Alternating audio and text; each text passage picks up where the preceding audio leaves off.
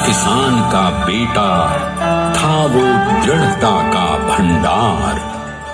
वल्लभ भाई पटेल नाम कहलाता था सरदार। कृषक कार्मिक जनगण से था उसको प्यार अपार। अखिल देश ने उसे रहनुमा किया था स्वीकार। गांधी बापू का शिष्य, सत्य अहिंसा का अवतार, किंतु एक भारत करने को धर लेता हथियार। लौह पुरुष संबोधन था वो लोहे की दीवार। तेज पुंज तुम, शक्ति पीठ तुम, बल का सागर अपरंपार। ऋणी देश का नम्र नमन तुम स्वीकारो सरदार।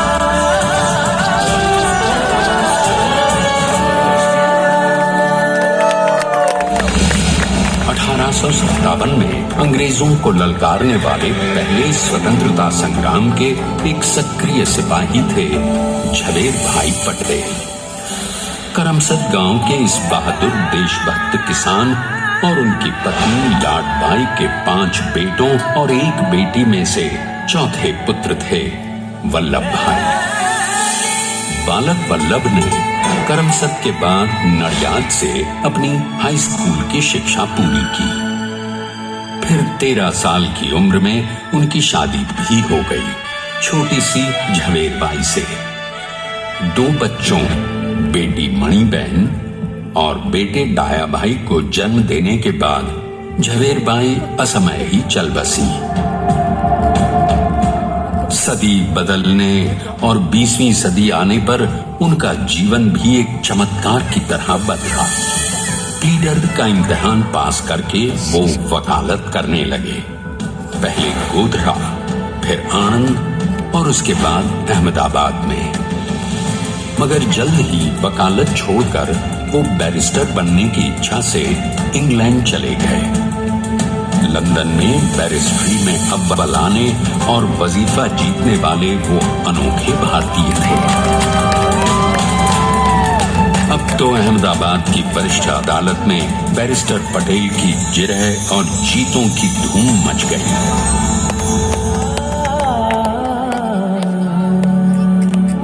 तभी एक युग पुरुष ने वल्लभ भाई के जीवन की धारा ही बदल दी।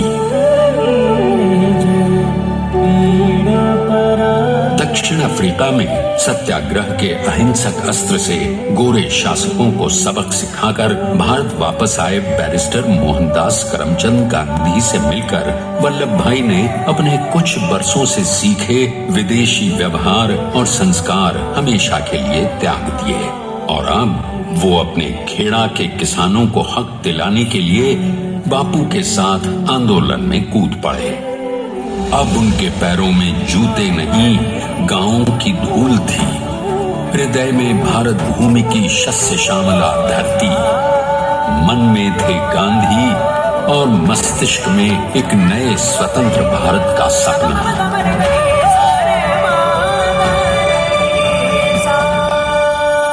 तभी बारडोली के मजबूर मजलूम किसानों की यातना का समाचार उनके पास पहुंचा।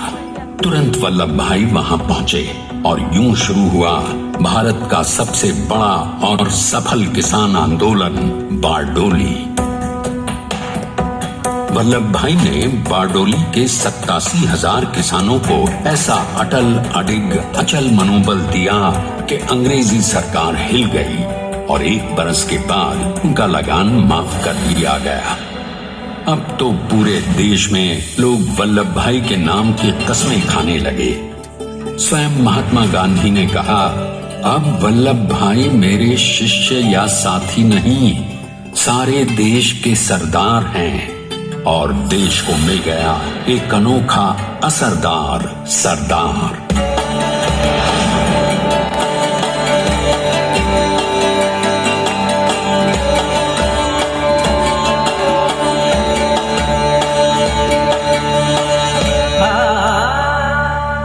सरदार पटेल के नाम और देशभक्ति से अंग्रेज डर कर कांपने लगे। 1930 के नमक सत्याग्रह और दांडी कूच में वो बापू से भी पहले गिरफ्तार किए गए। तो सन 1932 में फिर उन्हें बापू के साथ ही जेल में 2 सालों के लिए डाल दिया गया। मगर आजादी के दीवानों को, स्वतंत्रता के परवानों को कौन गिरफ्तार कर पाया है? जेल से छूटते ही सरदार को कांग्रेस के नए राष्ट्राध्यक्ष पद पर चुना गया और उनकी सरपरस्ती में राष्ट्रवादी भारतीयों ने तमाम ब्रिटिश सूबों में जीत हासिल कर वहां अपनी स्थानिक सरकारें बनाई। किंतु सरदार का सपना केवल सरकार बनाना नहीं था। उनका स्वप्न तो था एक ऐसे नए भारत का जहां हर रंग, हर रूप, हर जात, मजहब, तबके का हिंदुस्तानी एक साथ मिलकर एक ऐसा नया भारत बना सके जहां पूर्ण स्वराज्य के साथ सारे समाज को गरीबी, अशिक्षा, छुआछूत से भी आजादी मिल जाए। इसकी पहली रणनीति थी भारत को अंग्रेजों की गुलामी से आजादी, ताकि भारत के लोगों की अपनी सरकार सबके साथ और सबके विकास के लिए काम कर सके। बापू की अगुवाई में अब देश ने अंग्रेजों को अंतिम चेतावनी दे दी, करेंगे या मरेंगे, क्विट इंडिया, अंग्रेजों भारत छोड़ो। बस फिर क्या था, संघर्ष की रणभेरी बची। 3 सालों के लिए सरदार पटेल को भी सत्याग्रही नेताओं के साथ जेल में ठूंस दिया गया। 2 सालों के बाद अंग्रेजों को बापू के सभी शिष्यों और साथियों को छोड़ना पड़ा।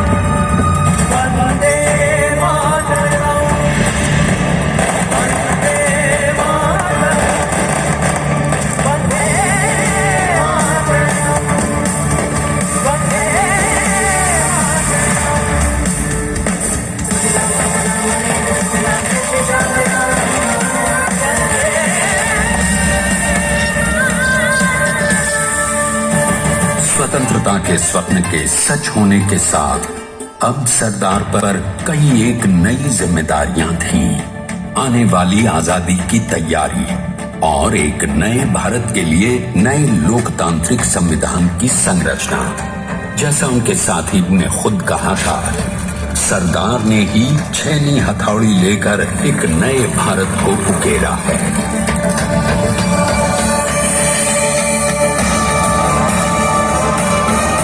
स्वाधीनता तो प्राप्त हुई, लेकिन खंडित भारत में भी उठते विभाजनवादी अंधकार को अभी दूर करना था। जब देश के खंड खंड होने का भय उत्पन्न होने लगा, तो सरदार ने निर्भय होकर खुद अपनी केंद्र सरकार और साथियों को भी चुनौती दे डाली और जम्मू कश्मीर को बचाने के लिए सारे देश का आकाश वायुयानों से भर गया।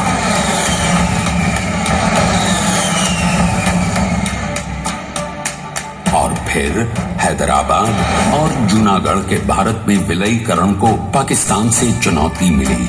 सरदार चाहते थे कि देश की 1 इंच धरती अब और विभाजित नहीं होनी चाहिए। नए भारत को एक करने के लिए समझा बुझाकर, मना कर 565 रियासतों को सरदार ने अपनी सूझबूझ, सदाशयता, संबल से एक नए स्वतंत्र भारत का अभिन्न अंग बना लिया। हमारे इतिहास में अखंड भारत के पुरुषार्थ का ये एक महानतम अध्याय है।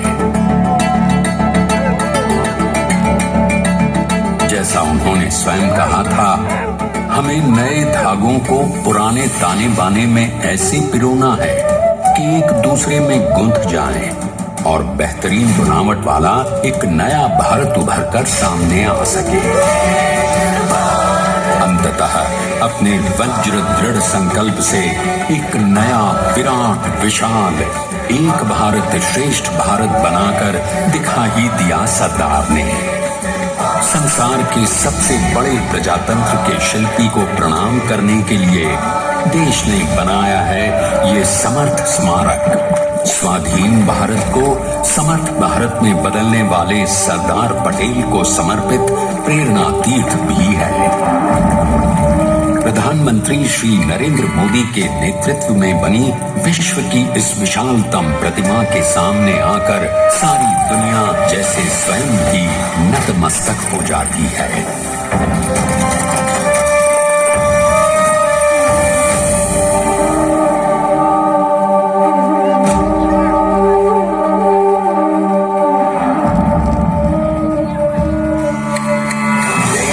बना गया वो अमित अटल, बना सका उसे न कोई शत्रुदल।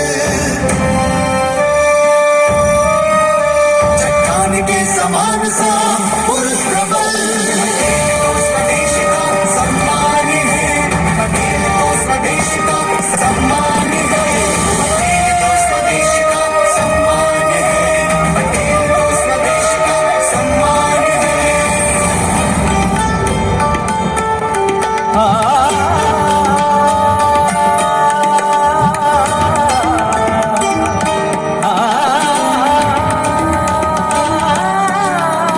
ऊंचाइयां आकाश को छुए हुए,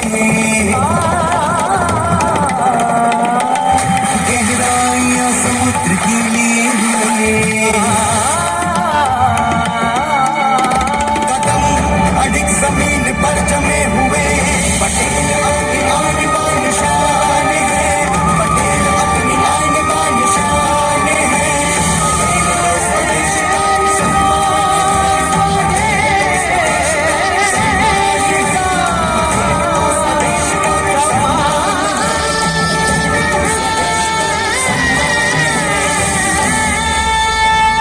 देखते हैं कि अपने लौह पुरुष को श्रद्धांजलि देती 182 मीटर ऊंची विश्व की सबसे विशालकाय प्रतिमा का निर्माण कैसे हुआ।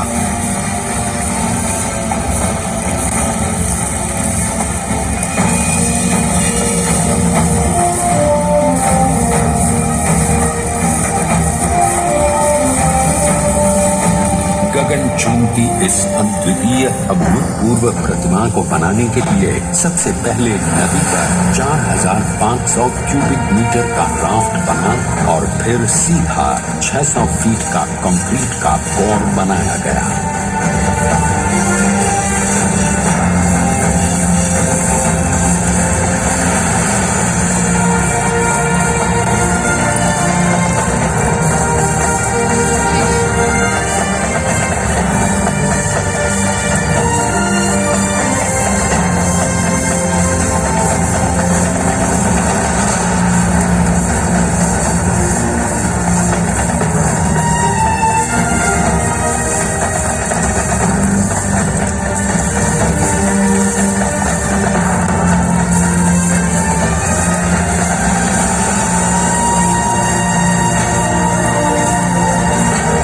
इस कंक्रीट कोर के साथ लगाया गया स्टील का फ्रेमवर्क।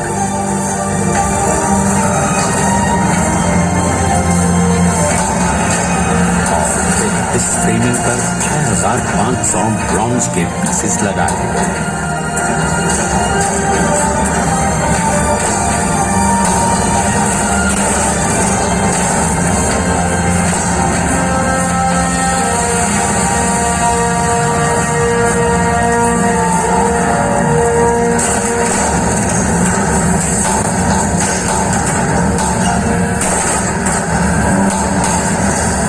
सोचिए कि 182 मीटर ऊंचे इस भव्याति भव्य स्मारक के निर्माण में कितना सामान और मेहनत लगी है। 70,000 metric ton cement, 18,500 metric ton reinforcement steel, 6,000 metric ton structural steel और 1,700 मेट्रिक टन ब्रॉन्ज।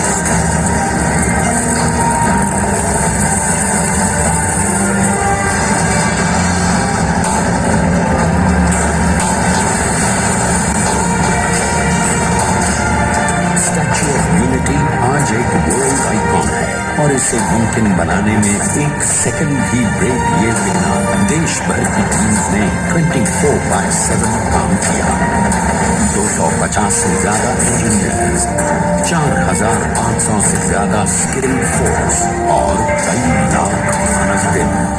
हम गर्व से कह सकते हैं कि कुल मिलाकर स्टैच्यू ऑफ यूनिटी के निर्माण में 95% माल सामान, मजदूर, इंजीनियर्स और एक्सपर्ट्स थे भारतीय। जानते हैं कि 182 मीटर ऊंची इस भव्य प्रतिमा को बनाने में कितना समय लगा? डिजाइन के लिए 12 महीने और निर्माण के लिए 34 महीने, यानी कुल मिलाकर केवल 46 महीने।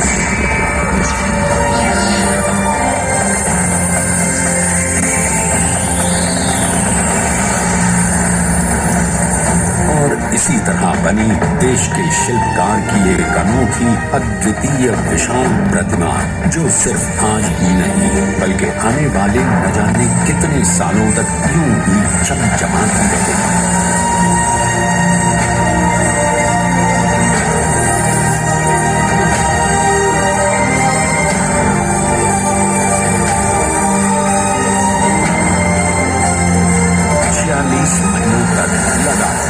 बिना रुके एकजुट होकर न जाने कितनों ने परिश्रम किया और उनका साथ दिया भारत की 125 करोड़ जनता। और तभी मुमकिन हो पाया एक ऐतिहासिक निर्माण जो आज कहलाता है भारत की नई पहचान। स्टैच्यू ऑफ यूनिटी, विश्व की सबसे ऊंची प्रतिमा। सरदार ने अपनी गंभीरता, शालीनता और दूरदर्शिता से भारत को संगठित करने के असंभव कार्य को संभव कर दिखाया। आइए आज हम सब उन्हीं की महिमा में विश्व के सामने एक उदाहरण रखें, क्योंकि ये ही भारत को श्रेष्ठता के मार्ग पर ले जाएगा। हमारा कर्तव्य ये है कि हमें निश्चय कर लेना चाहिए कि हमें हिंदुस्तान में जितने लोग हैं सबको मिल के भाई भाई की तरह के रहना है। स्टैच्यू ऑफ यूनिटी एकता की प्रतिमा और श्रेष्ठता का प्रतिबिंब है। एक पहल है इस अखंड भारत को श्रेष्ठ भारत बनाने के सपने को पूरा करने के लिए। एक पुकार है हम सबको एकजुट होने के लिए। एक आंदोलन है भारत को सबसे आगे ले जाने के लिए, श्रेष्ठ बनाने के लिए। आपके योगदान और विश्वास से ही बनेगा एक भारत श्रेष्ठ भारत। एकता का स्मारक है, एकता का संदेश है कि भाषा एक,